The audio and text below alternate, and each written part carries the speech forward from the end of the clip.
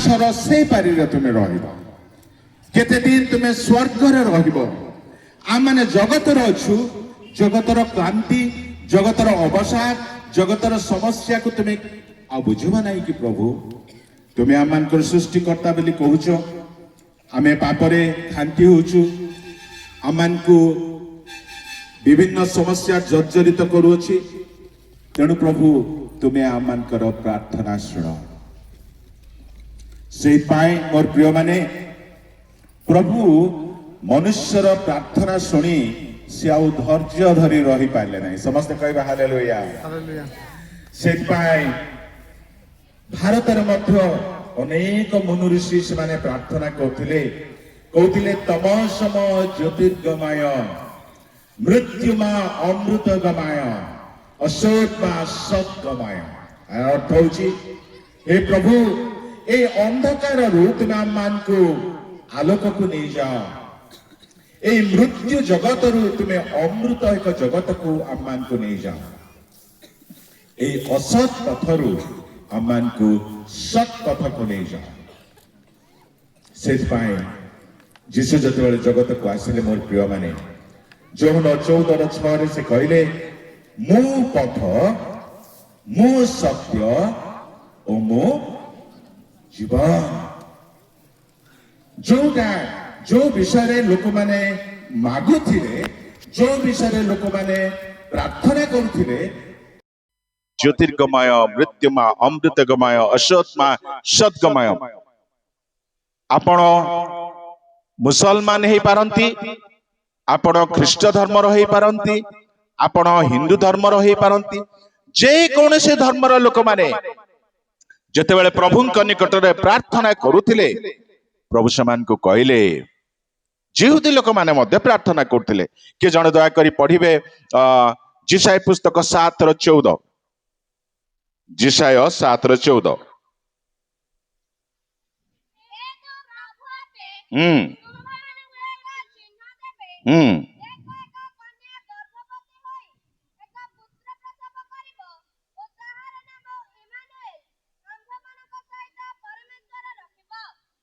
ତାହାର ନାମ ଇମାନୁଏଲ, ଅର୍ଥାତ ଆମ୍ଭ ମାନଙ୍କ ସହିତ କଣ ହବ? ସମସ୍ତେ ଶୁଣୁଛନ୍ତି? କଣ ହବ? ଆମ୍ଭ ମାନଙ୍କ ସହିତ ପରମେଶ୍ୱର, ଗଡ ୱିଥ ଆସ୍, ଆମ୍ଭ ମାନଙ୍କ ସହିତ ପରମେଶ୍ୱର ହେବେ। ଆମମାନଙ୍କର ଦୁଃଖରେ, ଆମମାନଙ୍କର ସୁଖରେ, ଆମମାନଙ୍କର ମୃତ୍ୟୁରେ, ଆମମାନଙ୍କର ସବୁ ଅବସ୍ଥାରେ ସେ ଆମ ସହିତ ରହିବେ। ଆମ ସୁଖରେ ସେ ଆନନ୍ଦିତ ହେବେ। ସେଇଥିପାଇଁ ସେ କାନା ନଗର ବିବାହ ଭୋଜରେ ସେ ଯୋଗ ଦେଲେ।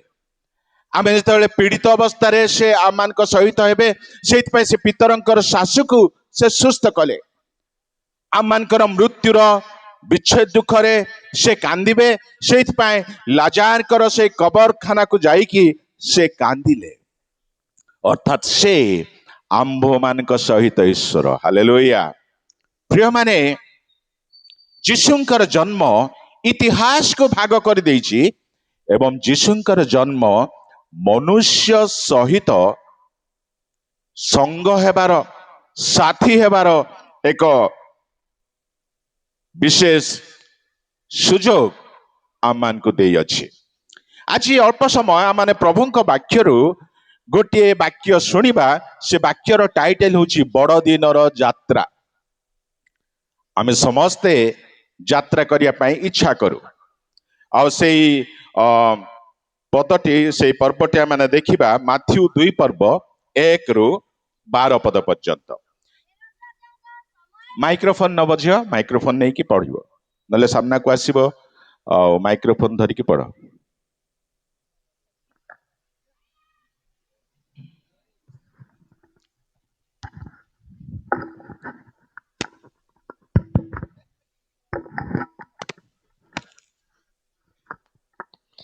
ହେରୋଦ ରାଜାଙ୍କ ସମୟରେ ଜିହୁଦା ପ୍ରଦେଶର ବେଥଲେହେମରେ ଯୀଶୁଙ୍କ ଜନ୍ମ ହେବା ପରେ, ଦେଖ, ପୂର୍ବ ଦେଶର କେତେକ ପଣ୍ଡିତ ଜେରୁସାଲେମକୁ ଆସି କହିଲେ, ଯିହୁଦୀମାନଙ୍କର ଯେଉଁ ରାଜା ଜନ୍ମଗ୍ରହଣ କରିଅଛନ୍ତି ସେ କେଉଁଠାରେ? କାରଣ ଆମ୍ଭେମାନେ ପୂର୍ବ ଦେଶରେ ତାହାଙ୍କ ତାରା ଦେଖି ତାହାଙ୍କୁ ପ୍ରଣାମ କରିବାକୁ ଆସିଅଛୁ। ଏହା ଶୁଣି ହେରୋଦ ରାଜା ଓ ତାଙ୍କ ସହିତ ସମୁଦାୟ ଜେରୁସାଲେମ ନିବାସୀ ଉଦ୍ବିଗ୍ନ ହେଲେ। ପୁଣି ସେ ଲୋକଙ୍କର ସମସ୍ତ ପ୍ରଧାନ ଯାଜକ ଓ ଶାସ୍ତ୍ରୀଙ୍କୁ ଏକତ୍ର କରି ଖ୍ରୀଷ୍ଟ କେଉଁଠାରେ ଜନ୍ମଗ୍ରହଣ କରିବେ ତାହା ସେମାନଙ୍କ ଠାରୁ ବୁଝି ନେବାକୁ ଚେଷ୍ଟା କଲେ। ସେମାନେ ତାଙ୍କୁ କହିଲେ, ଯିହୁଦା ପ୍ରଦେଶର ବେଥଲେହେମରେ, କାରଣ ଭାବବାଦୀଙ୍କ ଦ୍ୱାରା ଏପରି ଲେଖା ଅଛି, ଆଉ ଗୋ ଯିହୁଦାଙ୍କ ପ୍ରଦେଶର ବେଥଲେହେମ, ତୁ ଯିହୁଦାର ପ୍ରଧାନ ନଗର ସମୂହ ମଧ୍ୟରେ କୌଣସି ପ୍ରକାର କ୍ଷୁଦ୍ରତମ ନୋହୁ, କାରଣ ଯିଏ ଆମ୍ଭର ଇସ୍ରାଏଲ ଲୋକଙ୍କୁ ପ୍ରତିପାଳନ କରିବେ, ଏପରି ଜଣେ ଶାସନକର୍ତ୍ତା ତୋ ଠାରୁ ଉତ୍ପନ୍ନ ହେବେ। ତାହାପରେ ହେରୋଦ ପଣ୍ଡିତମାନଙ୍କୁ ଗୋପନରେ ଡାକି ସେହି ତାରା କେଉଁ ସମୟରେ ଦେଖାଗଲା ଏହା ସେମାନଙ୍କ ଠାରୁ ସୂକ୍ଷ୍ମ ରୂପେ ବୁଝିନେଲେ। ପୁଣି ସେ ସେମାନଙ୍କୁ ବେଥଲେହେମକୁ ପଠାଇ କହିଲେ, ଆପଣମାନେ ଯାଇ ସେହି ଶିଶୁଙ୍କ ସମ୍ବନ୍ଧରେ ସୂକ୍ଷ୍ମ ରୂପେ ଅନୁସନ୍ଧାନ କରନ୍ତୁ, ଆଉ ସନ୍ଧାନ ପାଇଲା କ୍ଷଣେ ଆମ୍ଭକୁ ସମ୍ବାଦ ଦିଅନ୍ତୁ, ଯେପରି ଆମ୍ଭେ ମଧ୍ୟ ଯାଇ ତାହାଙ୍କୁ ପ୍ରଣାମ କରିବା। ସେଥିରେ ସେମାନେ ରାଜାଙ୍କ କଥା ଶୁଣି ଚାଲିଗଲେ। ଆଉ ଦେଖ, ସେମାନେ ପୂର୍ବ ଦେଶରେ ଯେଉଁ ତାରା ଦେଖିଥିଲେ ତାହା ସେମାନଙ୍କ ଆଗେ ଆଗେ ଯାଇ ଯେଉଁଠାରେ ଶିଶୁ ଥିଲେ ଶେଷରେ ସେହି ସ୍ଥାନ ଉପରେ ସ୍ଥଗିତ ହେଲା। ସେମାନେ ତାରା ଦେଖି ମହାନନ୍ଦରେ ଅତିଶୟ ଆନନ୍ଦିତ ହେଲେ। ଧନ୍ୟବାଦ ଝିଅ। ବନ୍ଦ କଲା ପରେ ହେଲୁ ପଢେ ହାତରେ। ଆଉ ଗୃହ ଭିତରକୁ ଯାଇ ଶିଶୁଙ୍କୁ ତାହାଙ୍କ ମାତା ମରିୟମଙ୍କ ସଙ୍ଗରେ ଦେଖିଲେ ଓ ତାଙ୍କୁ ଭୂମିଷ୍ଠ ପ୍ରଣାମ କଲେ। ପୁଣି ଆପଣା ଆପଣା ପେଡ଼ି ଫିଟାଇ ସୁନା କୁନ୍ଦୁରୁ ଓ ଗନ୍ଧରସ ତାହାଙ୍କୁ ଦର୍ଶନୀ ଦେଲେ। ପରେ ହେରୋଦଙ୍କ ନିକଟକୁ ବାହୁଡ଼ି ନ ଯିବାକୁ ସ୍ୱପ୍ନରେ ପ୍ରତ୍ୟାଦେଶ ପାଇ ସେମାନେ ଅନ୍ୟ ପଥ ଦେଇ ସ୍ୱଦେଶକୁ ପ୍ରସ୍ଥାନ କଲେ। ଧନ୍ୟବାଦ, ଥ୍ୟାଙ୍କ ୟୁ। ଏଇଠି ଏଇ ଅଂଶରେ ଆମମାନେ ତିନୋଟି ବର୍ଗର ଲୋକଙ୍କର କଥା ଦେଖୁଛେ। ଗୋଟିଏ ବର୍ଗର ଲୋକ ହଉଛନ୍ତି ପଣ୍ଡିତ, ଆଉ ଗୋଟିଏ ବର୍ଗର ଲୋକ ହଉଛନ୍ତି ସେମାନେ ହେରୋଦ ରାଜା, ଏବଂ ଆଉ ଗୋଟିଏ ବର୍ଗର ଲୋକ ଆମମାନେ ଯୀଶୁଙ୍କର ଜନ୍ମ ସମୟରେ ଦେଖୁଛୁ, ସେ ହଉଛନ୍ତି ମେଷ ପାଳକ। ପଣ୍ଡିତ ମାନଙ୍କୁ ମଧ୍ୟ ପ୍ରଭୁ ଯୀଶୁଙ୍କର ବାର୍ତ୍ତା ଦିଆଗଲା। ଏଇ ପଣ୍ଡିତ ମାନଙ୍କ ବିଷୟରେ ବାଇବେଲରେ ବିଶେଷ ବର୍ଣ୍ଣନା ହେଇନାହିଁ, ସେମାନଙ୍କ ନାଁ ଲେଖା ହେଇନାହିଁ। ସେମାନଙ୍କର କୋଉ ଦେଶର ଲୋକ ତା ବିଷୟରେ ମଧ୍ୟ ଲେଖା ହେଇନାହିଁ। କେତେ ଜଣ ପଣ୍ଡିତ ସେଇଟା ମଧ୍ୟ ଲେଖା ହେଇନାହିଁ, କିନ୍ତୁ ଆମେ ସାଧାରଣତଃ କହୁ 3 ଜଣ ପଣ୍ଡିତ ବୋଲିକି, କାରଣ ସୁନା, କୁନ୍ଦୁରୁ, ଗନ୍ଧରସ ଏଇ 3ଟା ଭେଟି 3ଟା ଦର୍ଶନୀ ସେମାନେ ଆଣିଥିଲେ। ସେଇଥିପାଇଁ ସେମାନଙ୍କୁ କୁହାଯାଉଛି ଯେ ହୁଏ ତ 3ଟା ପଣ୍ଡିତ ହେଇଥିବେ ବୋଲି। କିନ୍ତୁ ସେ କୋଉ ଦେଶର ଲୋକ ସେ କଥା ମାନେ ବେଶୀ ଇମ୍ପୋର୍ଟାଣ୍ଟ ନାହିଁ। କିନ୍ତୁ ପଣ୍ଡିତ ମାନେ ମଧ୍ୟ ଯୀଶୁଙ୍କର ଅନ୍ୱେଷଣ କରୁଥିଲେ। ଆଉ ଆକାଶରେ ଯେତେ ଗୋଟିଏ ସେମାନଙ୍କୁ ଇତିହାସ କହେ ସେମାନେ ବାବିଲୋନ ଦେଶର ଲୋକ। ଇତିହାସ କହେ ସେମାନେ ଜ୍ୟୋତିର୍ବେତା, ଅର୍ଥାତ୍ ଆକାଶର ନକ୍ଷତ୍ର ଗଣନା ସେମାନେ କରନ୍ତି। ଆଉ ଇତିହାସ କହେ ସେ ଜ୍ୟୋତିର୍ବେତା ମାନେ ଏକ ଆକାଶରେ ଏକ ବିଶେଷ ତାରା ଦେଖିଲେ, ଆଉ ସେ ତାରାର ଇଙ୍ଗିତରେ, ସେ ତାରାର ଦର୍ଶନରେ ସେମାନେ ଫଲୋ କଲେ, ଅନୁସରଣ କଲେ। ତେଣୁ ପ୍ରିୟମାନେ, ଏବଂ ସେମାନେ ତାଙ୍କର ନିଜ ଦେଶରୁ ଛାଡ଼ିକି ବିଭିନ୍ନ ପ୍ରକାର ଅସୁବିଧା, ବିଭିନ୍ନ ପ୍ରକାର ସମସ୍ୟା, 2025 ବର୍ଷ ତଳର କଥା, ସେଇ ସମୟରେ ଗାଡ଼ି ଘୋଡ଼ାର ବ୍ୟବସ୍ଥା ନଥିଲା, ଫ୍ଲାଇଟର ବ୍ୟବସ୍ଥା ନଥିଲା। ସେମାନେ ଯଦି ଆସିବେ ଅଟୋରେ ଆସିବେ କିମ୍ବା ଚାଲି ଚାଲି ଆସିବେ। ଆଉ ଜେରୁସାଲେମକୁ ଆସିବା ପାଇଁ, ବାବିଲୋନରୁ ଜେରୁସାଲେମକୁ ଆସିବା ପାଇଁ ପ୍ରାୟ 6 ମାସ ସେମାନଙ୍କୁ ଲାଗିଲା।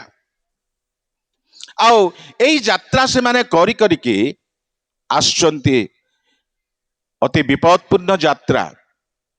କଣ ଉଦ୍ଦେଶ୍ୟ? ନା ଯୀଶୁଙ୍କୁ ଦେଖିବୁ, ଯୀଶୁଙ୍କୁ ଉପାସନା କରିବୁ ଏବଂ ଆଶୀର୍ବାଦ ଲାଭ କରିବୁ। ପ୍ରିୟମାନେ, ବଡ଼ଦିନ ଆମମାନଙ୍କୁ ଏଇ ଶିକ୍ଷା ଦିଏ ଆମମାନଙ୍କର ଜୀବନର ଯେକୌଣସି ଅସୁବିଧା ମଧ୍ୟରେ ଥିଲେ ବି ଆମେ କେତେ ଜ୍ଞାନୀ ହେଲେ ମଧ୍ୟ ଆମମାନେ ପ୍ରଭୁଙ୍କର ଉପସ୍ଥିତିକୁ ଆସିବା, ପ୍ରଭୁଙ୍କୁ ଦର୍ଶନ କରିବା, ପ୍ରଭୁଙ୍କର ଉପାସନା କରିବା। କିଛି ଲୋକ ଥାଆନ୍ତି ସେମାନେ କହନ୍ତି ଯେ ମୁଁ ଗିର୍ଜା ଯିବା ଦରକାର ନାହିଁ, କାରଣ ଯୋଉଠି ଯାହା ପ୍ରଚାର କରାଯାଉଛି ମତେ ଭଲ ଲାଗୁନି। ମୁଁ ସେମାନଙ୍କଠୁ ଭଲ ବାକ୍ୟ ଜାଣେ, ମୁଁ ସେମାନଙ୍କଠାରୁ ଭଲ ବାଇବେଲ ଜାଣେ, ତେଣୁ ମୁଁ ଗିର୍ଜା ଯିବାର ଆବଶ୍ୟକ ନାହିଁ।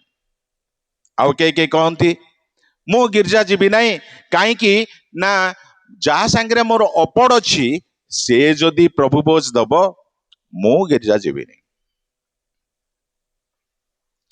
କିନ୍ତୁ ଆଜି ବଡ଼ଦିନ ଆମମାନଙ୍କୁ ଏଇ କଥା କହେ, ଆପଣଙ୍କ ଜୀବନରେ ଆପଣ ଯେତେ ଜ୍ଞାନୀ ହୁଅନ୍ତୁ ସେଠି କିଛି ବଡ଼ କଥା ନାହିଁ, ଯେତେ ପାଣ୍ଡିତ୍ୟ ଅଛି ସେଥିରେ ମଧ୍ୟ କିଛି ବଡ଼ କଥା ନାହିଁ।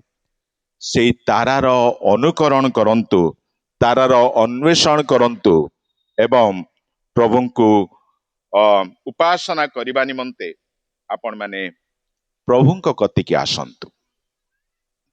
ଆଉ ଗୋଟେ ଦଳର ଲୋକ ସେମାନେ ପଦାରେ ରାତ୍ରି ସମୟରେ ମେଷପଲ ଜଗୁଥିଲେ। ତାଙ୍କର ନାଇଟ୍ ସିଫ୍ଟ ଥିଲା।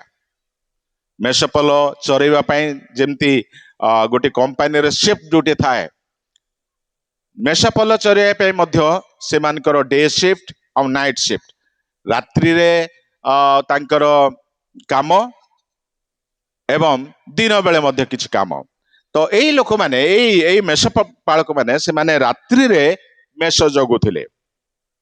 ଆଉ ଏମାନେ ନିକଟରେ ଯେତେବେଳେ ଦୂତ ପହଞ୍ଚିଲେ, ପଦାରେ ମେଷ ଚରୁଥିଲେ, କିନ୍ତୁ ସେ କଣ କରୁଛନ୍ତି ନା ସେଇଟା ଛାଡ଼ି ଦେଇକି, ସେ ପଲକୁ ଛାଡ଼ି ଦେଇକି ଯୀଶୁଙ୍କର ଅନ୍ୱେଷଣ କରିବା ପାଇଁ, ଯୀଶୁଙ୍କୁ ଦର୍ଶନ କରିବା ପାଇଁ ସେମାନେ ଆସିଲେ। ଏଇଟା ଆମମାନଙ୍କୁ ଏଇ କଥା ଶିକ୍ଷା ଦିଏ ଯେ ଆମମାନଙ୍କର ଗୃହ କାର୍ଯ୍ୟ ଯେତେ ଇମ୍ପୋର୍ଟାଣ୍ଟ ଥିଲେ ମଧ୍ୟ, ଆମମାନଙ୍କର ପରିବାରର କାର୍ଯ୍ୟ ଯେତେ ଗୁରୁତ୍ୱପୂର୍ଣ୍ଣ ଥିଲେ ମଧ୍ୟ, ପ୍ରଭୁଙ୍କ ନିକଟକୁ ଆସିବା, ପ୍ରଭୁଙ୍କୁ ଦର୍ଶନ କରିବା, ଯୀଶୁଙ୍କୁ ଉପାସନା କରିବା ଇଜ ମୋର ଇମ୍ପୋର୍ଟାଣ୍ଟ। ସେଇଥିପାଇଁ ତ ପ୍ରଭୁ ଯୀଶୁ ଜଗତରେ ଥିଲା ବେଳେ କହିଲେ, ମାର୍ଥା ମାର୍ଥା, ଲୁକ ବୋଧେ 10 ପର୍ବର କଥା, ମାର୍ଥା ମାର୍ଥା ତୁମେ ବହୁତ ବିଷୟରେ ବ୍ୟସ୍ତ ହଉଛ, କିନ୍ତୁ ଗୋଟିଏ ବିଷୟ ପ୍ରয়োଜନ। ଆଉ ସେ ବିଷୟଟି କଣ? ପ୍ରଭୁଙ୍କ ପାଦ ତଳେ ବସି ତାଙ୍କର ବାକ୍ୟ ଶ୍ରବଣ କରିବା। ଆଉ ମରିୟମ ତାହା ବାଛିଛି। ମୁଁ ଭାବୁଛି ଆଜି ଅନେକ ମରିୟମ ଅଛନ୍ତି, ଆଉ ସେ ମରିୟମ ମାନଙ୍କୁ ପ୍ରଭୁ ବିଶେଷ କରି ଆଶୀର୍ବାଦ କରନ୍ତୁ। ଆଉ ଜଣେ ବ୍ୟକ୍ତି ସେ ହଉଛନ୍ତି ରାଜା ହେରୋଦ। ଏଇ ହେରୋଦ ସେ ସମୟର ଚକ୍ରବର୍ତ୍ତୀ ଥିଲେ, ସେ ସମୟର ମହାରାଜ ଥିଲେ, ଆଉ ସେ ଜଣେ ନୃଶଂସ ବ୍ୟକ୍ତି। ସେ ତାଙ୍କର ଅତି ପ୍ରିୟତମ ସ୍ତ୍ରୀକୁ ବିଷ ଦେଇକି ମାରି ଦେଇଥିଲେ। ସେ ତାଙ୍କର 3ଟା ପୁଅକୁ ସେ ହତ୍ୟା କରିଥିଲେ। ଆଉ ସେ ଯେତେବେଳେ ଶୁଣିଲେ ଯେ ଜିହୁଦୀ ମାନଙ୍କର ରାଜା ଯୋଉ ଜନ୍ମଗ୍ରହଣ କରିଛନ୍ତି ସେ କେଉଁଠାରେ, ସେ ଉଦ୍ବିଗ୍ନ ହେଇଗଲେ। କେବଳ ସେ ଉଦ୍ବିଗ୍ନ ହେଲେ ତାହା ନୁହଁ, ତାଙ୍କ ସହିତ ଯୋଉ ପରିଷଦ ବର୍ଗ ଥିଲେ, ତାଙ୍କ ସହିତ ଶାସ୍ତ୍ରୀ ଫାରୁସି ଲୋକମାନେ ମଧ୍ୟ ଆଡଭାଇଜର ଭାବରେ ଥିଲେ, ସେମାନେ ମଧ୍ୟ ଉଦ୍ବିଗ୍ନ ହେଲେ। ଆଉ ସମଗ୍ର ସହରଟି, ଜେରୁସାଲେମ ସହରଟି ସେଦିନ ଉଦ୍ବିଗ୍ନ ହେଇଗଲା। ତେଣୁ ପରବର୍ତ୍ତୀ ସମୟରେ ଆମେ ଦେଖିବା କି ପ୍ରକାର ସେମାନେ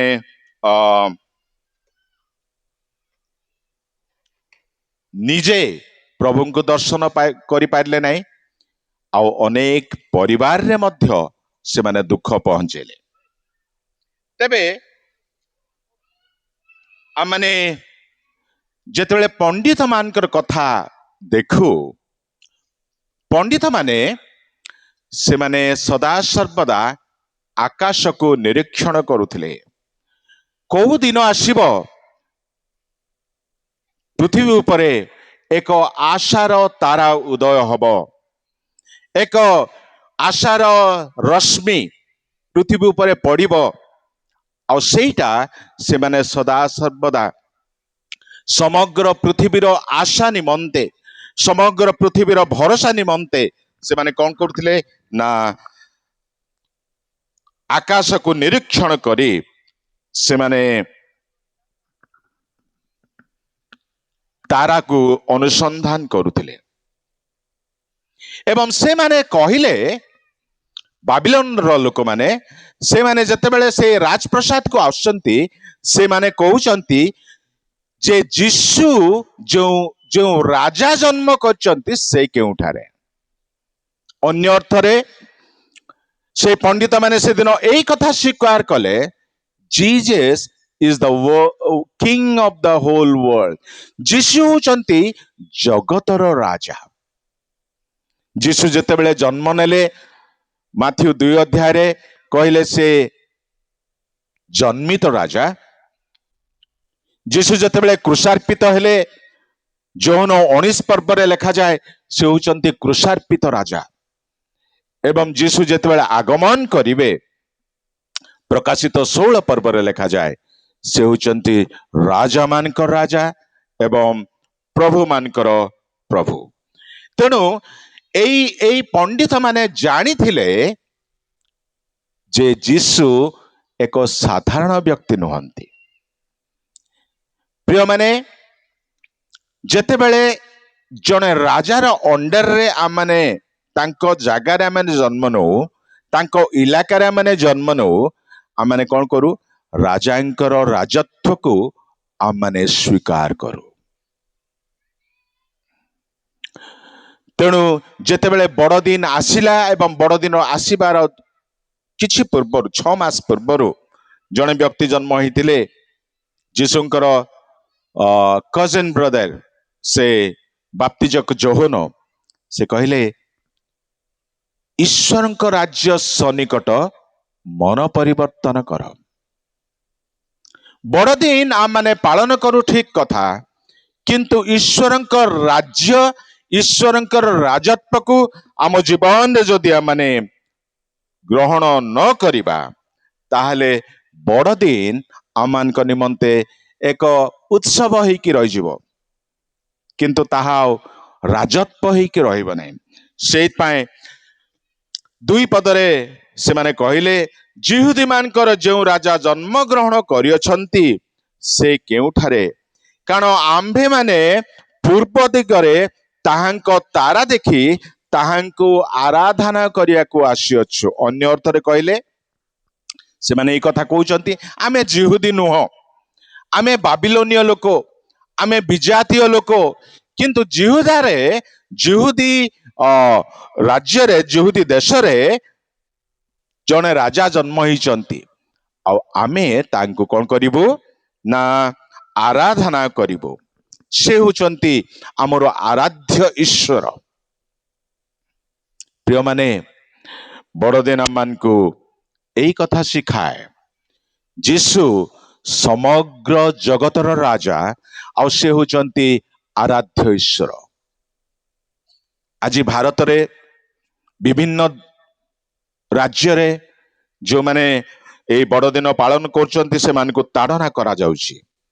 ଠିକ ଅଛି, ଶୈତାନ ତାର କାର୍ଯ୍ୟ କରି ଚାଲିବ, କିନ୍ତୁ ଈଶ୍ୱରଙ୍କର ଲୋକ ଭାବରେ ଆମମାନଙ୍କର କର୍ତ୍ତବ୍ୟ ହଉଛି ଆମମାନେ ସେଇ ରାଜାଙ୍କର ସେଇ କର୍ତ୍ତୃତ୍ୱକୁ ଆମମାନେ ସ୍ମରଣ କରିବା।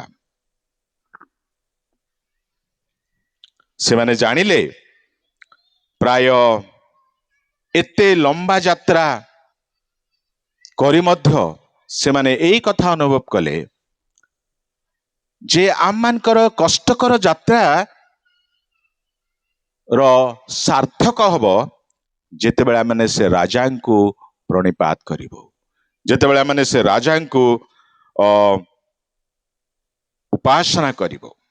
ସେଇଥିପାଇଁ ତ ଯୀଶୁଙ୍କର ଜନ୍ମର ପ୍ରାୟ 750 ବର୍ଷ ପୂର୍ବେ ତାଙ୍କୁ ଯିଶାଇ କହିଲେ ସେ ହେଉଛନ୍ତି କଣ? ଶାନ୍ତିର କଣ? ରାଜା। ସେ ଆଶ୍ଚର୍ଯ୍ୟ ମନ୍ତ୍ରୀ, ସେ ପରାକ୍ରାନ୍ତ ପରମେଶ୍ୱର, ସେ ଅନନ୍ତକାଳୀନ ପିତା, ଆଉ ସେ ଶାନ୍ତିର ରାଜା। ଆଜି ଆମମାନଙ୍କର ଜୀବନରେ ଯେତେବେଳେ ଆମେ ଦେଖୁ, ପରିବାରରେ ଆମମାନଙ୍କର ଶାନ୍ତି ଥାଏ, ସମ୍ପର୍କ ମଧ୍ୟରେ ଆମମାନଙ୍କର ଖଟା ଥାଏ, ମଣ୍ଡଳୀରେ ଅଶାନ୍ତି ଥାଏ, ଆଉ ଏଇ ଶାନ୍ତିର ରାଜା ଯେତେବେଳେ ସେ ଆମମାନଙ୍କ ମଧ୍ୟକୁ ଆସନ୍ତି, ଶାନ୍ତିର ରାଜା ଯେତେବେଳେ ଆମମାନଙ୍କର ଜୀବନରେ ରାଜତ୍ୱ କରନ୍ତି, ସେତେବେଳେ କଣ ହବ ନା ଆମେ ନିଜେ ଶାନ୍ତିରେ ରହିବା, ଆମମାନେ ଅନ୍ୟମାନଙ୍କ ସହିତ ଶାନ୍ତିରେ ବାସ କରିବା ଏବଂ ଆମର ସମାଜ ଶାନ୍ତିରେ ବାସ କରିବ। ସେଇଥିପାଇଁ 3 ପ୍ରକାର ଶାନ୍ତି ବିଷୟରେ ବାଇବେଲ କହେ। Piece of Garh, piece with Garh and peace with others. ଈଶ୍ୱରଙ୍କର ଶାନ୍ତି ଯଦି ଆମ ହୃଦୟରେ ରାଜତ୍ୱ କରିବ, ତାହେଲେ ସେଇ ଶାନ୍ତିରେ ଆମେ ଅନ୍ୟମାନଙ୍କୁ ମଧ୍ୟ ଶାନ୍ତିରେ ରହିବାକୁ ଦେବା। ତେଣୁ ଜଣେ ବିଶ୍ୱାସୀ ଭାବରେ, ପ୍ରଭୁଙ୍କର ପୁଅ ଝିଅ ଭାବରେ ଆମେ ଏଇ କଥା ପ୍ରଥମେ ଚେକ୍ କରିବା ଦରକାର ଯେ ଈଶ୍ୱରଙ୍କର ଶାନ୍ତି ମୋ ହୃଦୟରେ ରାଜତ୍ୱ କରୁଛି କି ନାହିଁ। ରୋମୀ 5:1 ତାହା ସୁନ୍ଦର ଭାବରେ ଲେଖାଯାଏ। ଈଶ୍ୱରଙ୍କର ଶାନ୍ତି ଆମମାନଙ୍କ ହୃଦୟରେ ରାଜତ୍ୱ କରିବା ଦରକାର। ସେଥିପାଇଁ ପ୍ରଭୁ ଯୀଶୁ କହିଲେ, ମୁଁ ନିଜ ଶାନ୍ତି, ଯୋହନ 14 ପର୍ବରେ କହିଲେ, ମୁଁ ଜଗତ ଯୋଉ ପ୍ରକାର ଶାନ୍ତି ଦିଏ ସେଇ ପ୍ରକାର ଶାନ୍ତି ମୁଁ ଦଉନି, ମୁଁ ମୋ ନିଜ ଶାନ୍ତି ତୁମକୁ ଦେଉଛି। ପ୍ରିୟମାନେ, ସେ ପଣ୍ଡିତ ମାନେ ସେଦିନ ଏଇ କଥା ଦେଖିଲେ ଯେ ସେ ହେଉଛନ୍ତି ରାଜା ଆଉ ଶାନ୍ତିର ରାଜା। ସେ କେବଳ ଜେରୁସାଲେମ ପାଇଁ, ଯହୂଦୀ ମାନଙ୍କ ପାଇଁ ରାଜା ନୁହନ୍ତି, ସେ ସମଗ୍ର ପୃଥିବୀର ରାଜା ଅଟନ୍ତି। ସେଥିପାଇଁ ସେମାନେ କଣ କଲେ ନା ଯେତେ କଷ୍ଟ ହଉ ପଛେ ତାଙ୍କୁ ଦର୍ଶନ କରିବା ପାଇଁ ସେମାନେ ପ୍ରସ୍ତୁତ ହେଲେ। କିଏ ଜଣେ ଦୟାକରି ପଢନ୍ତୁ ଫିଲିପି 2:10 ପଦ। ଫିଲିପି 2:10 ପଦ।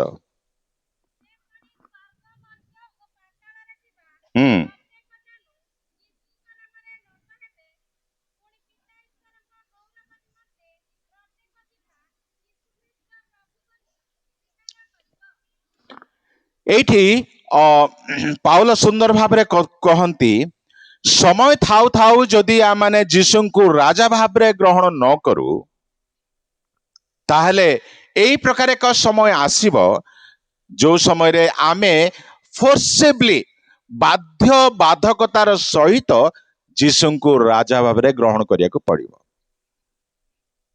ଆଜି ଯୀଶୁଙ୍କୁ ଅନେକ ଦେଶରେ ତାଡ଼ନା କରାଯାଉଛି, ପ୍ରଭୁ ଯୀଶୁଙ୍କର ଲୋକମାନଙ୍କୁ ମଧ୍ୟ ତାଡ଼ନା କରାଯାଉଛି, କିନ୍ତୁ ଏଇ ପ୍ରକାର ଏକ ସମୟ ଆସିବ, ସେଟା ଲେଖାଯାଏ ଯେ ଈଶ୍ୱର ଯୀଶୁଙ୍କୁ ଏଇ ପ୍ରକାର ଏକ ନାମ ଦେଇଅଛନ୍ତି କି ପ୍ରତ୍ୟେକ ଜାନୁ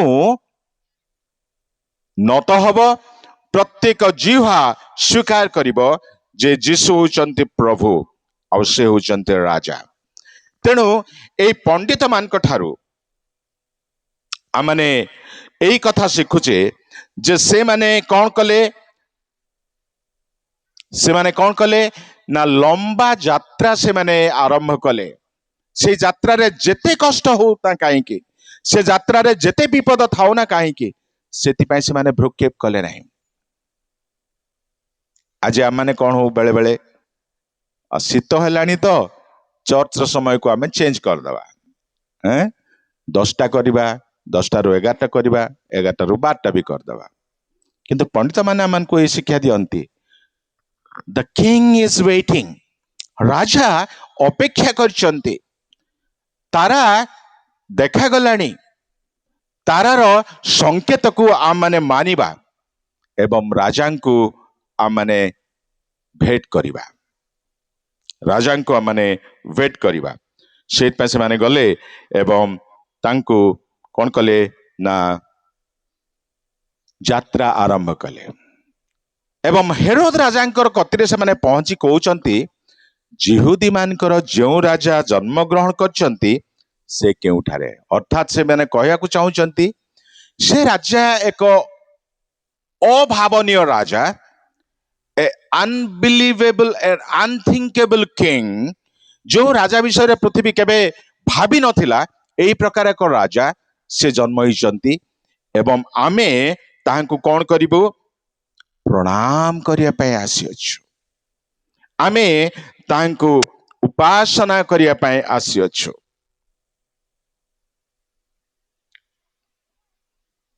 ପ୍ରିୟମାନେ, ବଡ଼ଦିନ ହଉଛି ଆମମାନଙ୍କ ନିମନ୍ତେ ଏକ ଉପାସନା ଆରାଧନା କରିବାର ସମୟ। ନୂତନ ବସ୍ତ୍ର ଭଲ କଥା, ସୁସ୍ୱାଦୁ ଖାଦ୍ୟ ମଧ୍ୟ ଭଲ କଥା, କିନ୍ତୁ ଏ ସମସ୍ତ ଅପେକ୍ଷା ଆମର ବଡ଼ଦିନ ପାଳନ ହଉଛି ଯେ ଆମେ କଣ କରିବୁ ନା ଯୀଶୁଙ୍କୁ ଆରାଧନା କରିବୁ। ସେଇଥିପାଇଁ 10 ପଦରେ ଲେଖା ହଉଛି ସେମାନେ ତାରା ଦେଖି ମହାନନ୍ଦରେ ଅତିଶୟ ଆନନ୍ଦିତ ହେଲେ।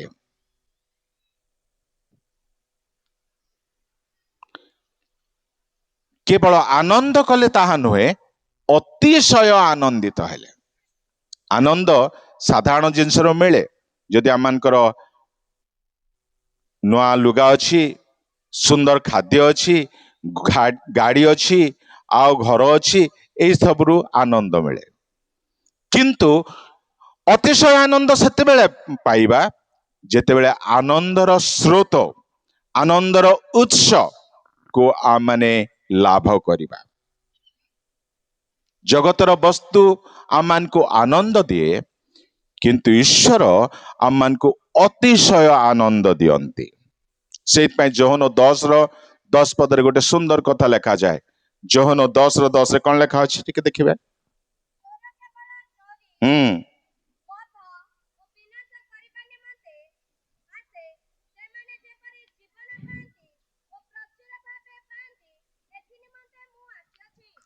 ସେମାନେ ଯେପରି ଜୀବନ ପାଆନ୍ତି ଆଉ ପ୍ରଚୁର ଭାବରେ ପାଆନ୍ତି। ଆମର ତ ସମସ୍ତଙ୍କ ଜୀବନ ଅଛି, ଠିକ ଅଛି, କିନ୍ତୁ ସେ ପ୍ରଚୁରତାର ଜୀବନ, ସେଇ ଉଚ୍ଛୁଳା ଜୀବନ, ସେଇ ଉଚ୍ଛୁଳା ଆନନ୍ଦ କେବଳ ଯୀଶୁ ହିଁ ଦିଅନ୍ତି। ପ୍ରିୟମାନେ, ସେଇଥିପାଇଁ ଯୀଶୁ ଆମମାନଙ୍କୁ ଅପେକ୍ଷା କରି ବସନ୍ତି। ପୁଅ, ତୁ ଠିକ ଟାଇମରେ ଆ, ମୋ ବାକ୍ୟ ଶୁଣେ, ମୋର ଗୀତ ଗା, ମୋର ଉପାସନା ପାଇଁ ଯାହା ତୁ ଅର୍ଘ୍ୟ ଦେବା ପାଇଁ ଚାହୁଁଛୁ ତାହା ବି ଦେ। ଫଳରେ ତୁମେ ପ୍ରଚୁର ଜୀବନ ପାଇବ। ସେଇଥିପାଇଁ 2:11 ପଦରେ ଲେଖା ହଉଛି ସେ ପଣ୍ଡିତ ମାନେ ସେମାନେ ଗୃହ ଭିତରକୁ ଗଲେ। ତାପରେ ସେମାନେ କଣ କଲେ? ସେମାନେ ଶିଶୁଙ୍କୁ ଦେଖି ଭୂମିଷ୍ଠ ପ୍ରଣାମ କଲେ ଏବଂ କଣ କଲେ? ତାହାଙ୍କୁ ଆରାଧନା କଲେ। ଚତୁର୍ଥ ବିଷୟ ଲେଖା ହଉଛି ସେମାନେ ଶିଶୁଙ୍କୁ ଉପହାର ଦେଲେ। କେତେ ସୁନ୍ଦର ସିକ୍ୱେନ୍ସ, କେତେ ସୁନ୍ଦର ଧାରା ଲେଖା ହଉଛି। ପ୍ରଥମେ ସେମାନେ ଗୃହ ଭିତରକୁ ଗଲେ, ଦ୍ୱିତୀୟରେ ସେମାନେ ଭୂମିଷ୍ଠ ହୋଇ ପ୍ରଣାମ କଲେ, ତୃତୀୟରେ ତାହାଙ୍କୁ ସେମାନେ ଆରାଧନା କଲେ ଏବଂ ଚତୁର୍ଥରେ ଶିଶୁଙ୍କୁ ଉପହାର ଦେଲେ। ସେଇ ପଣ୍ଡିତ ମାନେ ଭାବିଲେ ନାହିଁ ଏ ଗୋଟେ ଅସହାୟ ଶିଶୁଟି ଏଇଠି ଶୋଇଛି, ଅସହାୟ ଶିଶୁଟି ଏଇ ଗୋଟେ ଛୋଟିଆ ଘରେ ସେ ଶୋଇଛି, ସେଟା ସେମାନେ ଭାବିଲେ ନାହିଁ। ଯୋଉ ପଣ୍ଡିତ ମାନେ ବାବିଲୋନୀୟ ରାଜାର ପଣ୍ଡିତ ଥିଲେ, ବାବିଲୋନର ରାଜା ହଉଛି ପୃଥିବୀର ସର୍ବମୟ ଅତି ଦୁର୍ଦ୍ଦାନ୍ତ ଶାସକ, ତାଙ୍କ ଶାସନରେ ସେମାନେ ଅଛନ୍ତି। କିନ୍ତୁ ଶିଶୁ ଯୀଶୁଙ୍କ ନିକଟକୁ ଯେତେବେଳେ ଆସୁଛନ୍ତି ସେମାନେ ତାଙ୍କୁ ପ୍ରଣାମ କରୁଛନ୍ତି। ସେମାନେ ତାଙ୍କୁ ଆରାଧନା କରୁଛନ୍ତି, କାରଣ ସେମାନେ ଚିହ୍ନିଲେ ଏଇ ଶିଶୁ ସେ ଜଗତର ଉଦ୍ଧାର କର୍ତ୍ତା। ଏଇ ଶିଶୁ ପୃଥିବୀର ପତନ ପୂର୍ବରୁ ବଳିଷ୍ଠ ମେଷ ଶାବକ। ସେଥିପାଇଁ ସେମାନେ କଣ କରୁଛନ୍ତି ନା ତାଙ୍କୁ ଆରାଧନା କଲେ, ଏବଂ ସେମାନେ କଣ କରୁଛନ୍ତି ନା ତିନିଟା ଉପହାର ସେମାନେ ଦେଲେ। ପ୍ରଥମ ହଉଛି କଣ?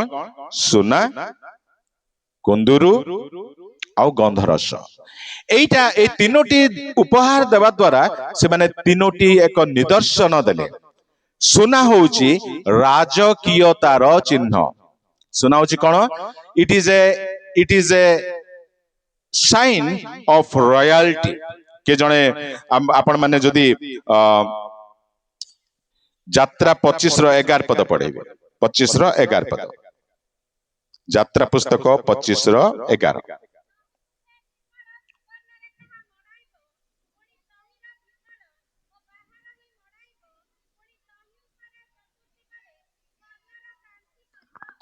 ତହିଁ ଉପରେ ଚତୁର୍ଦିଗରେ ସ୍ୱର୍ଣ୍ଣର କାନ୍ଥି କରିବ। ସୁନାର ଆଉ ପ୍ରଲେପ ତୁମେ ଦେବ। ସମାଗମ ତମ୍ବୁରେ ପ୍ରଭୁ ମୋଶାଙ୍କ ଦ୍ୱାରା ଏଇ ପ୍ରକାର ଆଜ୍ଞା ଦେଲେ ଇସ୍ରାଏଲ ଲୋକଙ୍କୁ, ତୁମେ ଏଇ ପ୍ରକାର ସମାଗମ ତମ୍ବୁ ତିଆରି କରିବ, ଆଉ ସେ ସମାଗମ ତମ୍ବୁର ଚାରି ପାଖରେ ତୁମେ ସୁନାର କାନ୍ଥି ମଡାଇବ। କାରଣ ଯିଏ ସେଠାରେ ବାସ କରନ୍ତି, ଯାହାଙ୍କର ଉପସ୍ଥିତି ସେଠାରେ ଅଛି, ସେ ହେଉଛନ୍ତି ରାଜା ମାନଙ୍କର ରାଜା। It's a sign of royalty. କିନ୍ତୁ ମୋର ପ୍ରିୟ ମାନେ, ଆମମାନେ ଯେତେବେଳେ ଆମମାନେ ଯୋଉମାନେ ଦୁର୍ବଳ, ଯାହାର ପଇସା ଘରେ ନାହିଁ, ସେମାନଙ୍କ ପାଇଁ ପ୍ରଭୁଙ୍କର ବାର୍ତ୍ତା କଣ?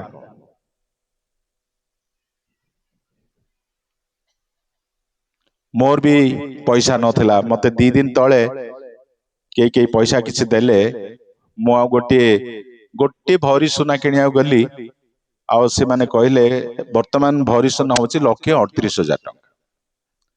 ଯୋଉମାନଙ୍କ ପାଖରେ ସୁନା ଅଲରେଡି ଅଛି ଗୁମାରେ, ସେମାନେ ସମସ୍ତଙ୍କଠୁ ଧନୀ। ଯୋଉମାନଙ୍କ ପାଖରେ ସୁନା କିଛି ନାହିଁ, ସେମାନେ ଗରିବ। କିନ୍ତୁ ଆମ ପାଇଁ ଏକ ଆଶା ଅଛି, ଏଇ ପ୍ରକାର ଏକ ଆଶା, ଆମେ ଏଇ ପ୍ରକାର ଏକ ଜାଗାକୁ ଯିବା। ସେ ଜାଗାର ନାମ ହଉଛି ସ୍वर्ଗ, ଆଉ ସେ ସ୍वर्ଗର ରାସ୍ତା ହଉଛି ସୁନାରେ ତିଆରି। କିଏ ଜଣେ ପଢି ଦିଅନ୍ତୁ ପ୍ରକାଶିତ 21:18-21, ପ୍ରକାଶିତ ପୁସ୍ତକ 21।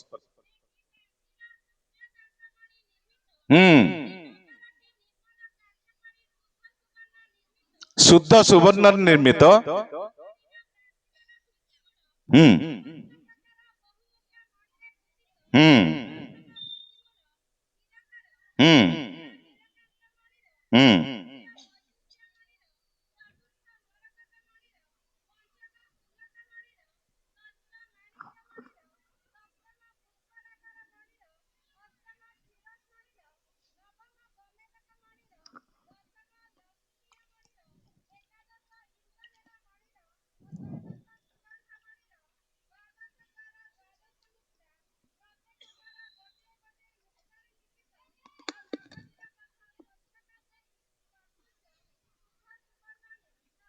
ଥ୍ୟାଙ୍କ ୟୁ ଜୋ।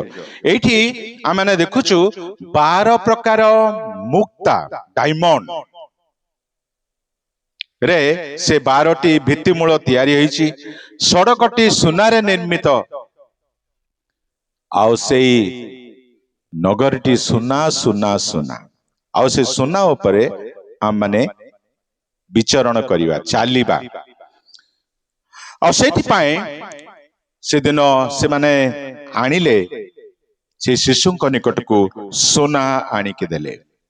ଦ୍ୱିତୀୟଟି ହଉଛି କୁନ୍ଦୁରୁ, ତାହା ହଉଛି ଯାଜକୀୟତାର ନିଦର୍ଶନ। କୁନ୍ଦୁରୁ ହଉଛି ଯାଜକୀୟତାର ନିଦର୍ଶନ। କଣ?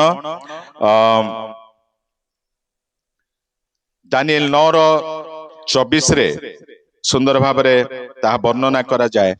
ଯାଜକ ମାନେ ସେମାନେ କଣ କରନ୍ତି? ଈଶ୍ୱରଙ୍କ ନିକଟକୁ ଯାଆନ୍ତି ଏବଂ ଲୋକମାନଙ୍କ ନିମନ୍ତେ ପ୍ରାର୍ଥନା କରନ୍ତି। ଆଉ ପ୍ରଭୁ ଯୀଶୁ ଆଜି ସେ ସ୍ୱର୍ଗରେ ଅଛନ୍ତି ଏବଂ ସେ ଆମ ସମସ୍ତଙ୍କ ନିମନ୍ତେ ପ୍ରାର୍ଥନା କରନ୍ତି। ଏଭ୍ରି 7:22 ଏଭ୍ରି 7:27 ପଦ ଆପଣ ମାନେ ଯଦି ପଢିବେ ସେଟା ଲେଖାଯାଏ ଯେ କି ଆମ ନିମନ୍ତେ ନିରନ୍ତର ମଧ୍ୟସ୍ଥି ପ୍ରାର୍ଥନା କରିବାକୁ ସେ ଚିରଜୀବିତ। ଅର୍ଥାତ୍ ତାଙ୍କର କାମ ହଉଛି କଣ ନା ସେ ଆମମାନଙ୍କ ନିମନ୍ତେ ଦିବାରାତ୍ର ପ୍ରଭୁଙ୍କ ନିକଟରେ ସେ ପ୍ରାର୍ଥନା କରନ୍ତି, ପ୍ରଭୁଙ୍କ ନିକଟରେ ନିବେଦନ କରନ୍ତି। ଆଉ ପଣ୍ଡିତ ମାନେ ଏଇ କଥା ସେମାନେ ଜାଣିଥିଲେ, ଏଇ ବ୍ୟକ୍ତି ହୁଏତ 33.5 ବର୍ଷ ଏଇ ଜଗତରେ ରହିବ, କିନ୍ତୁ ହି ଇଜ ଏ ଇଟର୍ନାଲ ପ୍ରିଷ୍ଟ। ସେ ହଉଛନ୍ତି ଜଣେ ଅନନ୍ତକାଳୀନ ମହାଯାଜକ, ଯେ କି ଆମ ନିମନ୍ତେ ସେ କଣ କରିବେ ନା ପ୍ରାର୍ଥନା କରିବେ। ଏବଂ କୁନ୍ଦୁରୁ ତାହା ହଉଛି ଗନ୍ଧରସ, ତାହା ହଉଛି କଣ ନା ବିଶେଷ କରି ମୃତ୍ୟୁ ସମୟରେ ତାହା ବ୍ୟବହାର କରାଯାଏ। ଯୋହନ 19:39 ପଦ କିଏ ଜଣେ ପଢିବେ? ଯୋହନ 19:39।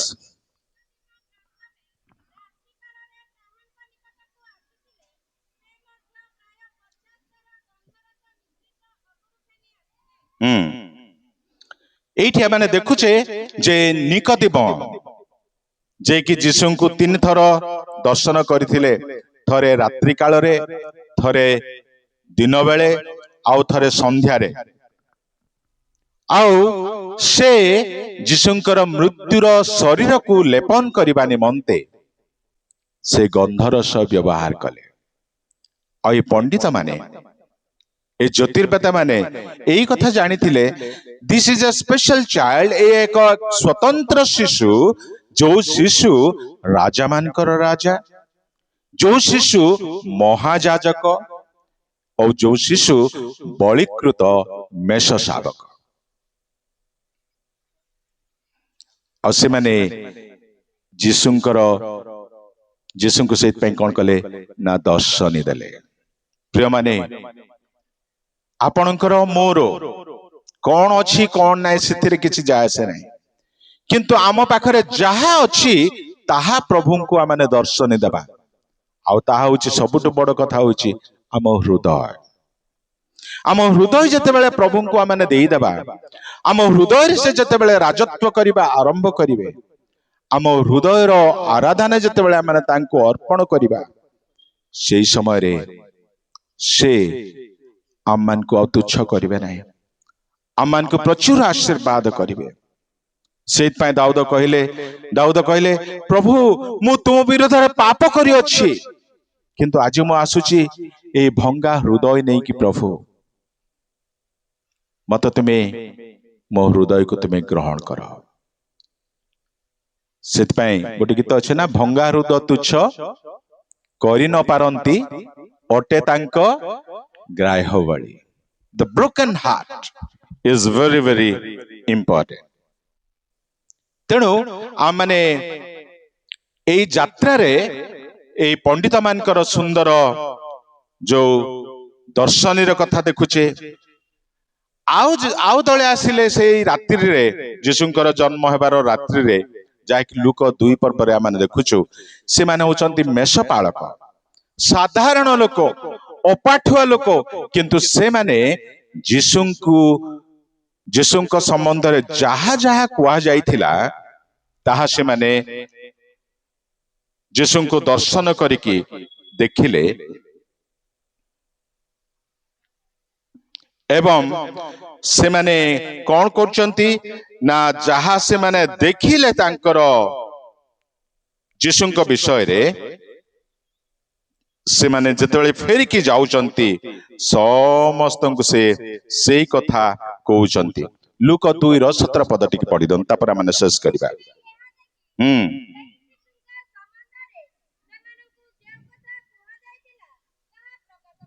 ସେମାନେ ଏହା ଦେଖି ସେଇ ଶିଶୁଙ୍କ ବିଷୟରେ ସେମାନଙ୍କୁ ଯେଉଁ କଥା କୁହାଯାଇଥିଲା ତାହା ପ୍ରକାଶ କଲେ। ଗୋଟିଏ ଦଳର ଲୋକ ଯାତ୍ରା କଲେ, ବହୁ ଦୂର ଦେଶରୁ ଆସିଲେ, ଗୋଟିଏ ରାଜପ୍ରସାଦରେ ପହଞ୍ଚିଗଲେ। ଭୁଲରେ ଅବଶ୍ୟ, କିନ୍ତୁ ହେରୋଦ ରାଜାଙ୍କର ରାଜପ୍ରସାଦରେ ପହଞ୍ଚିଗଲେ।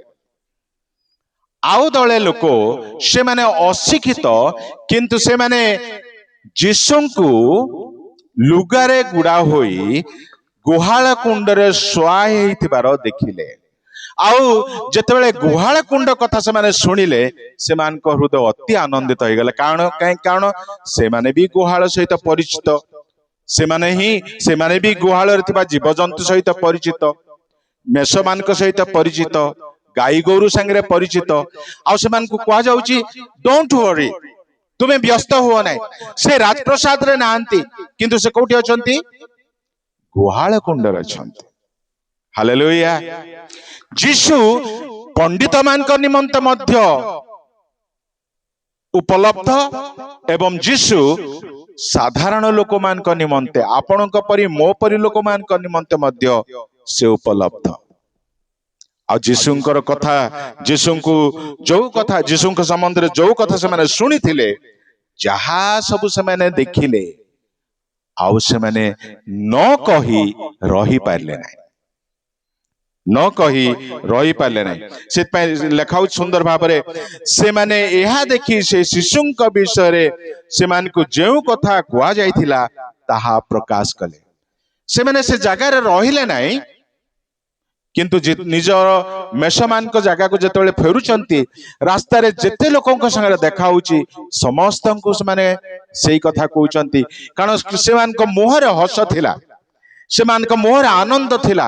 ସେମାନେ କହୁଛନ୍ତି, wow, we have seen a divine baby, ଆମମାନେ ଏକ ଦିବ୍ୟ ଶିଶୁର ସନ୍ଧାନ ପାଇଲୁ। ଆଉ ଆଜି ତାଙ୍କର ସେଇ ସନ୍ଧାନ ହେତୁ ତାଙ୍କ ମୁହଁ ମଧ୍ୟ ଯୀଶୁଙ୍କର ଜ୍ୟୋତିରେ, ସେମାନଙ୍କର ମୁହଁ ମଧ୍ୟ ଜ୍ୟୋତି ଥିଲା। ହାଲେଲୁୟା। ପ୍ରିୟମାନେ, ଆପଣମାନେ ଯେତେବେଳେ ଯୀଶୁଙ୍କ ସଙ୍ଗରେ ସମୟ ବିତେଇବେ, ତାଙ୍କୁ ଆରାଧନା କରିବା ପାଇଁ ଆସିବେ, ଆପଣଙ୍କର ଚେହେରାରେ ଚମକ ଅନ୍ୟମାନଙ୍କୁ ଆକର୍ଷଣ କରିବ।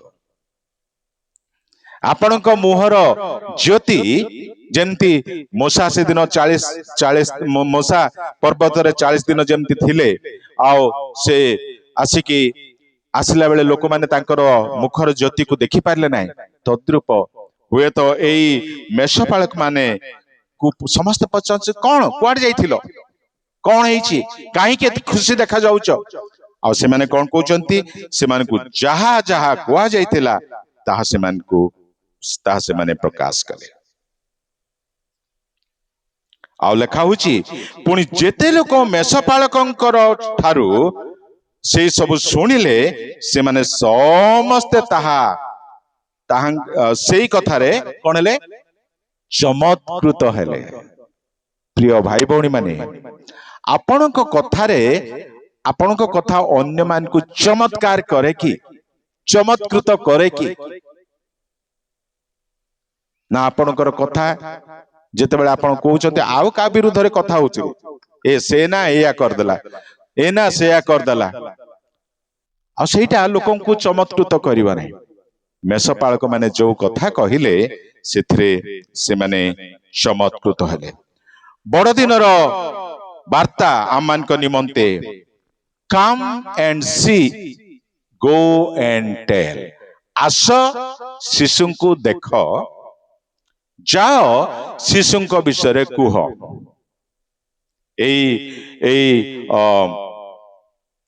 ଏଇ ମେଷପାଳକ ମାନେ କହୁଛନ୍ତି, ଆମମାନଙ୍କୁ ଏଇ କଥା ଶିଖନ୍ତି, come and see, go and tell। ପଣ୍ଡିତ ମାନେ ଆମମାନଙ୍କୁ ଏ ଶିକ୍ଷା ଦିଅନ୍ତି, କହୁଛନ୍ତି, he is not king of one nation, he is the king of the world। ସେ ହଉଛନ୍ତି ଗୋଟିଏ ଦେଶର ରାଜା ନୁହନ୍ତି, ସେ ସମଗ୍ର ବିଶ୍ୱର ରାଜା। ସେ ହଉଛନ୍ତି ରାଜାମାନଙ୍କ ରାଜା, ସେ ହଉଛନ୍ତି ଅନନ୍ତକାଳୀନ ମହାଯାଜକ, ଏବଂ ସେ ହଉଛନ୍ତି ବଳିକୃତ ମେଷ ଶାବକ। ତୃତୀୟ ବ୍ୟକ୍ତି जे कि से मध्य जड़े महान व्यक्ति थे तांको ना होची हेरोद।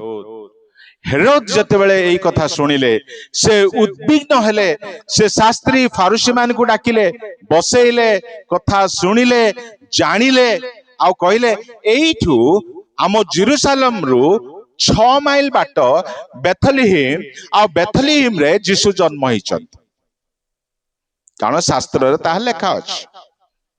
किंतु से माने गले नाही, यीशु को देखिले नाही, यीशुंकर आशीर्वाद से माने पाइले नहीं। आज मंडली रे अनेक भाई भौणी माने थांती जो माने बाइबल विषय तन तन करके देखंती, पद पद सब जानती, किंतु यीशु को जाइकी दर्शन करंती नहीं। से माने तांकर जगह रे अटकी जानती, यीशु जोठी अछंती से जगह को से माने जानती नहीं। प्रिय माने आपण एवं मु कौन से प्रकार की यीशुंक पाखकू यीशुंक विषय रे जानू, किंतु यीशुंक निकट को आसुना। जदि आमनकर से प्रकार अवस्था, आसु प्रभुंक निकट को जीवा, प्रभुंक प्रतिज्ञा करिबा, प्रभु ए वर्ष शेष हवा पूर्व मोर संपर्क मोर दर्शनी मु तुमको दे देबा पई चाहे। चक्षु बंद करिबा।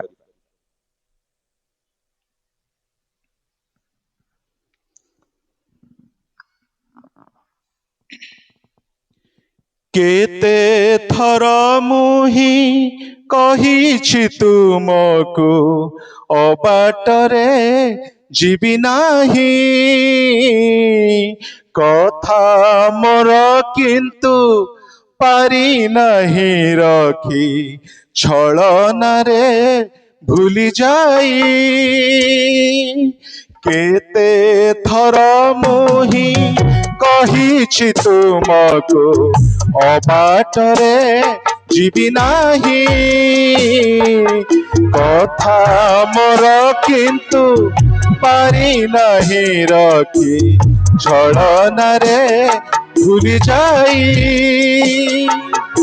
अजामेश आसीछि मो अनुताप लुह मोर, ढालुछि चरणे नई बेदसम,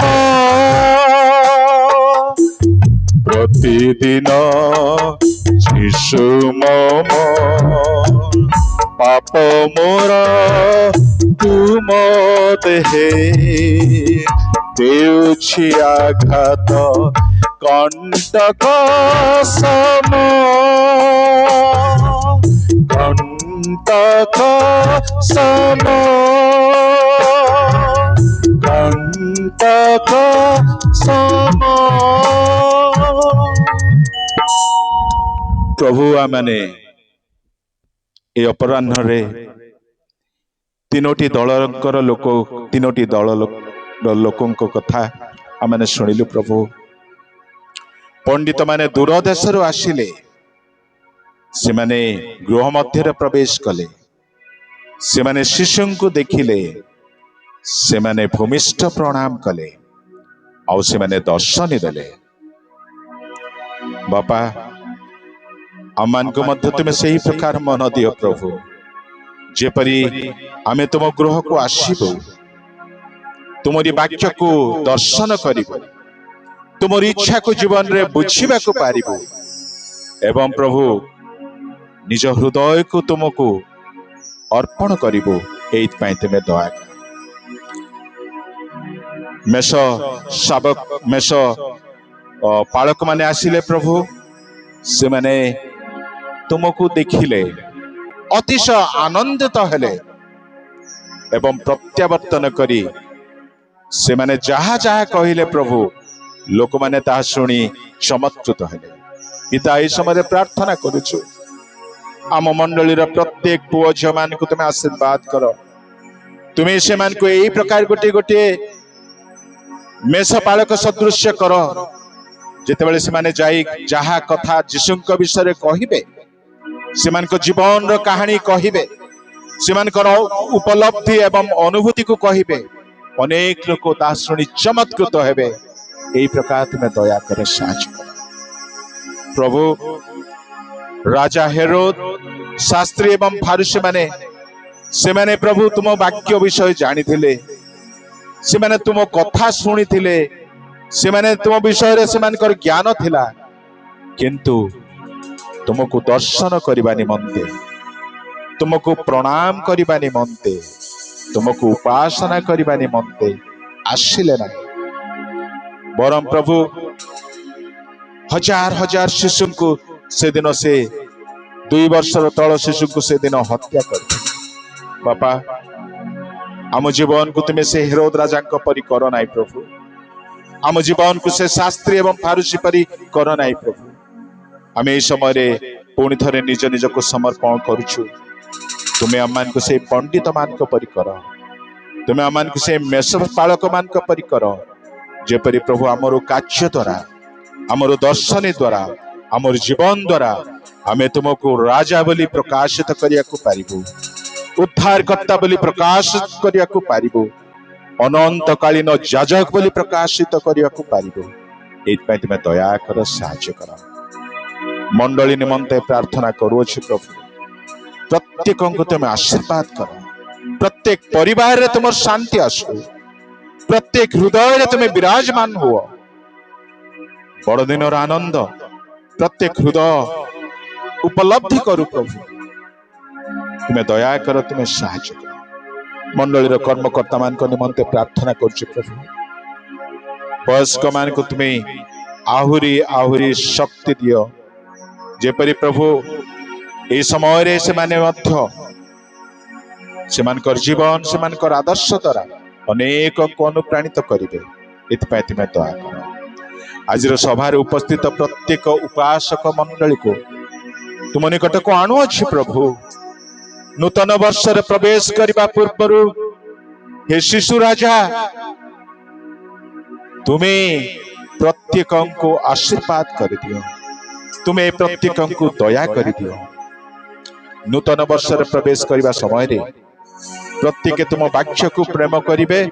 ତୁମ ବ୍ୟବସ୍ଥା ସେମାନଙ୍କର ମନରୁ, ସେମାନଙ୍କର ଓଷ୍ଠରୁ, ସେମାନଙ୍କର ହୃଦୟରୁ ଦୂରକୁ ନ ଯିବ ଏବଂ ପ୍ରତ୍ୟେକ ପ୍ରଭୁ ସେଇ ଆଶୀର୍ବାଦ ପାଇବେ। ଏଇଥିପାଇଁ ତୁମେ ଦୟାକର, ସାହାଯ୍ୟ କର। ପିତା, ଏହି ସମୟରେ ତୁମ ନିକଟରେ ପ୍ରାର୍ଥନା କରୁଛି, ଯେଉଁମାନେ ପ୍ରଭୁ ଏଇ ବର୍ଷ ନିଜ ନିଜର ପ୍ରିୟଜନ ମାନଙ୍କୁ ହରେଇଛନ୍ତି ପ୍ରଭୁ, ସେମାନଙ୍କର ପରିବାରରେ ଅନେକ ଦୁଃଖ, ଅନେକ କୋହ ଥିବ ପ୍ରଭୁ। ତୁମ ନିକଟରେ ନିବେଦନ କରୁଛି ପ୍ରଭୁ, ତୁମେ ଦୟା କର। ପ୍ରତିଟି ପରିବାରକୁ ତୁମେ ଆଶୀର୍ବାଦ କର। ଦୁଃଖୀ ପରିବାର ମାନଙ୍କୁ ତୁମେ ଆଶୀର୍ବାଦ କର। ତୁମେ ସେମାନଙ୍କର ସଙ୍ଗରେ ରୁହ, ତୁମେ ସେମାନଙ୍କୁ ସାହାଯ୍ୟ କର ପ୍ରଭୁ। ତୁମେ ଯେ ଆମମାନଙ୍କ ହୃଦୟକୁ ବିଚଳିତ ହେବାକୁ ଦେଇନାହ, କାରଣ ତୁମେ ଆମମାନଙ୍କ ନିମନ୍ତେ ସ୍ଥାନ ପ୍ରସ୍ତୁତ କରୁଛ। ଏହା ଜାଣି, ଏହା ବୁଝି, ଯେପରି ଆମମାନେ ପ୍ରଭୁ ତୁମଠାରେ ଲାଗି ରହିବୁ, ଏଥିପାଇଁ ତୁମେ ଦୟା କର। ଆଜିର ଉପାସନାରେ ତୁମେ ଆମମାନଙ୍କୁ କଥା କହିଲ ବୋଲି ଧନ୍ୟବାଦ କରୁଛୁ। ଗୌରବ ମହିମା ତୁମକୁ ଦେଇ ସମସ୍ତ ନିବେଦନ ପ୍ରାର୍ଥନା ତୁମେ ଶୁଣିଛ ବୋଲି ଧନ୍ୟବାଦ ଦେଇ এই নিবেদন প্রার্থনা যিশুଙ୍କ ନାମରେ ମାଗୁଅଛୁ। ସମସ୍ତେ କହିବା କି ଆମେନ୍, ଆମେନ୍। ପ୍ରଭୁ ଆମ ସମସ୍ତଙ୍କୁ ଆଶୀର୍ବାଦ କରନ୍ତୁ। ଅବଶ୍ୟ ମୁଁ ବୋଧେ ବହୁତ ସମୟ ନେଇଛି, କିନ୍ତୁ ପ୍ରଭୁ ଆମମାନଙ୍କୁ ଆଜିର ସମ୍ବାଦ ଦ୍ୱାରା ସମସ୍ତଙ୍କୁ ଆଶୀର୍ବାଦ କରନ୍ତୁ। ଏଇଟା ପ୍ରଚାରର ମଧ୍ୟରେ ନୁହେଁ। ଆସନ୍ତା କାଲି ମୋ ଝିଅର ବିବାହ ଭୋଜ এই ପ୍ରାଙ୍ଗଣରେ ଅନୁଷ୍ଠିତ ହେବ। ତେଣୁ ପ୍ରତ୍ୟେକ ଆସିବେ, ପ୍ରତ୍ୟେକ ସହଯୋଗ କରିବେ, ପ୍ରତ୍ୟେକ ପ୍ରାର୍ଥନା କରିବେ ଏବଂ ତାହା ଏକ ଅନ୍ତର୍ଜାତୀୟ ସମ୍ପର୍କ। କାରଣ ପୁଅ ହେଉଛି ଜର୍ମାନର, ଝିଅ ହେଉଛି ଗୁମାର। ଆଉ ସେ ସମ୍ପର୍କ ହେବା ସମୟରେ ଶୈତାନ ଯେ ପ୍ରକାର କୌଣସି ବାଧା ନ ଉପୁଜାଏ, ଏଇଥିପାଇଁ ମଧ୍ୟ ପ୍ରାର୍ଥନା ରଖିବେ।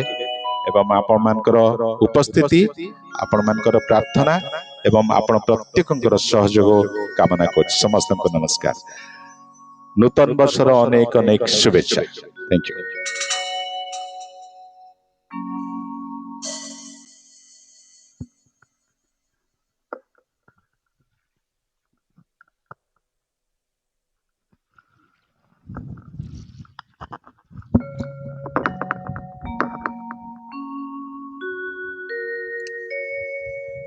प्रभु महानाम धन्यवाद हो। आज उपासना प्रभुंकर दास मुझे विश्वास बोली कहवा कथा किंतु मु गुमा युवक हो आम जो आत्मीयता